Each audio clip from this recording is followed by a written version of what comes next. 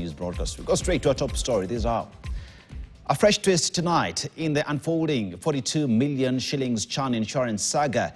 And Football Kenya Federation President Hussein Mohammed is now pushing back, dismissing reports of his suspension and declaring the process unlawful and unconstitutional. In a firm response, Hussein insists the meeting that allegedly removed him from office did not follow the FKF constitution and therefore its resolutions hold no legal weight. He is also rubbishing claims of financial impropriety in the controversial insurance deal, maintaining that no money was lost and FKF did not make any payments. This comes barely 2 days after KTN exposed the multi-million shilling saga, raising serious concerns over how funds tied to the African Nations Championships may have been handled. Our reporter Haman Kamariki now brings us the latest developments. The battle for control at Kenya Football's top office is now escalating. Hussein. At the center of it all, FKF President Hussein Mohammed, who is digging in and refusing to go down without a fight, saying he won't budge. In a strongly worded statement, Hussein is rejecting attempts to oust him, terming the entire process null and void. According to him, the meeting that purported to suspend him was not properly convened under the FKF constitution, effectively rendering its decision invalid, or rather hot air. I am also aware that there are plans to run a sustained smear campaign against me and the Federation in an attempt to collapse the institution and taint my reputation. The purported meeting held on the 24th April was not convened, if it happened, in accordance, because I've not received any formal communication in regards to the same, in accordance with the FKF Constitution 2017, and is therefore irregular and unlawful and unconstitutional.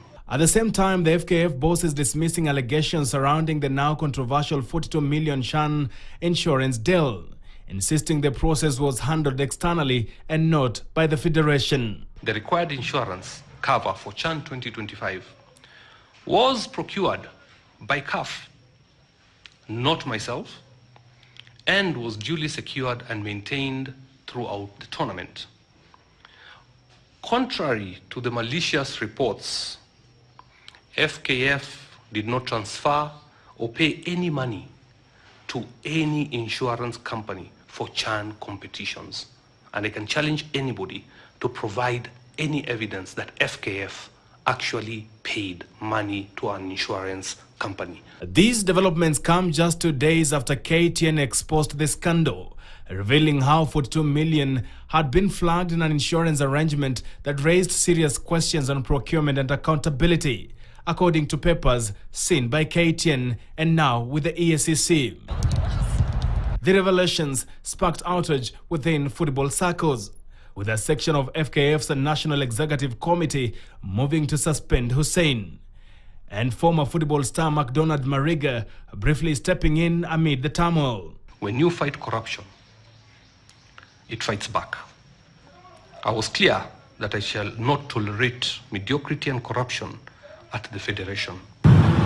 Speaking to the press here in Nairobi, McDonald Mariga has called for speedy investigation into the alleged scandal, asking the relevant authorities to do all they can to bring the suspects to book. Mariga says he is ready to take over from Hussein. The NEC wishes to inform the public that decisive measures will be undertaken to safeguard the integrity of the Football Kenya Federation. These concerns include allegation of financial impropriety, loss of public funds, and breaches of procurement and financial management laws. But with Hussein now rejecting that suspension and standing his ground, what is unfolding is a full-blown leadership crisis at Kandanda House. And with Kenya gearing up to host major continental assignments alongside Tanzania and Uganda, the big question remains: can the Federation, FKF, steady itself in time? Or is this just beginning of a deeper storm? Haman Kamariki, KTN. And be sure